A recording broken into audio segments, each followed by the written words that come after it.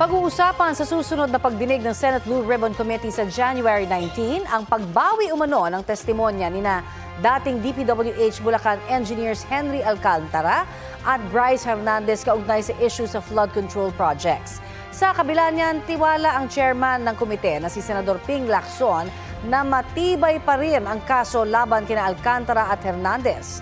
Balitang hatid ni Mav Gonzalez.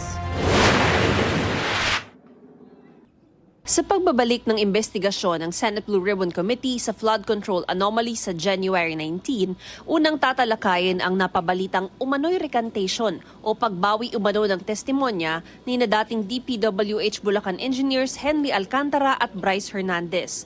Ayon kay Committee Chairman Senador Ping Lacson, walang ipinarating ang dalawa sa kanya na balak nilang mag-recant. Hindi naman, kasi counter affidavit yung minimension doon sa mga media reports.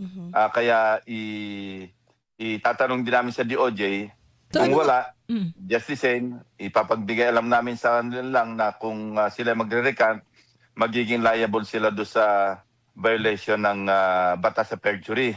Sabi ng Justice Department, wala silang natanggap na kahit anong pagbawi ng salaysay ni Alcantara. Sinusubukan pa ng GMA Integrated News na makakuha ng reaksyon ni na Alcantara at Hernandez. Sabi ni Lacson, hindi na raw siya nagtataka kung may mga humihilot sa dalawa. Pero tiwala ang senador na hindi babagsak ang kaso laban sa kanila at mga taong isinangkot nila sa flood control kickbacks. Meron dito mga nagko-corroborate na mga circumstantial or mga documentary evidence.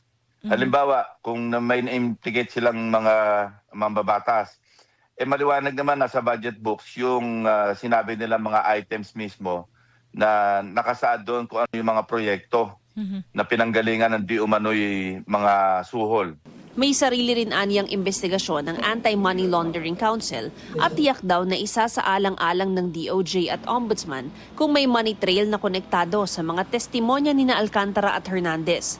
Sa mga resource person namang hindi sumipot sa nakaraang pagdinig, maglalabas ng subpina ang Blue Ribbon. Sina Ulaybar, I think si Maynard Ngu, tapos si Secretary Bonoan, I think si Opulencia. Pero except those, imbitahin pa rin namin o isusupina pa rin. Pero kung nasa Sandigan Bayan na o nasa korte na yung kaso, hindi na namin pwedeng pilitin kasi may subjudice na eh. Pero pwede silang tanungin sa ibang issues. Si dating Congressman Zaldico naman na sinabpi na rin ng komite, iisyuhan na ng arrest order kung hindi pa rin lilitaw. Iimbitahan din sa susunod na pagdinig si Batangas 1st District Representative Leandro Leviste kung gusto niyang ibahagi ang hawak niyang Cabral files. Lalo't anya, may ilang pagkakapareho ang listahang hawak nila ni Leviste. Sa mga locables, halos pareho actually. Yung Pero nabanggit sir, ko na may mga nasingit doon na hindi naman mababatas, yung House leadership, Opo. tapos Cabinet yung members. listahan ng mga cabinet members, halos pareho doon. Opo, Hindi sir. naman magkakaiba kasi ang source isa lang eh. Yes, Ang opo. nagpe-prepare kasi ng allocable si late Undersecretary Cabral at saka si Bonoan. dating Secretary Bonoan. Yung SAP, parang wala akong nakitang SAP saka yung OP. Yung listahan na sa akin, ES lang nakasulat doon. Opo. Merong ES, merong SMB.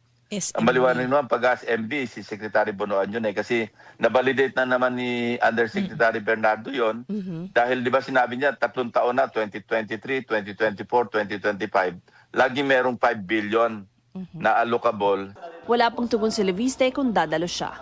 Mav Gonzalez nagbabalita para sa GMA Integrated News.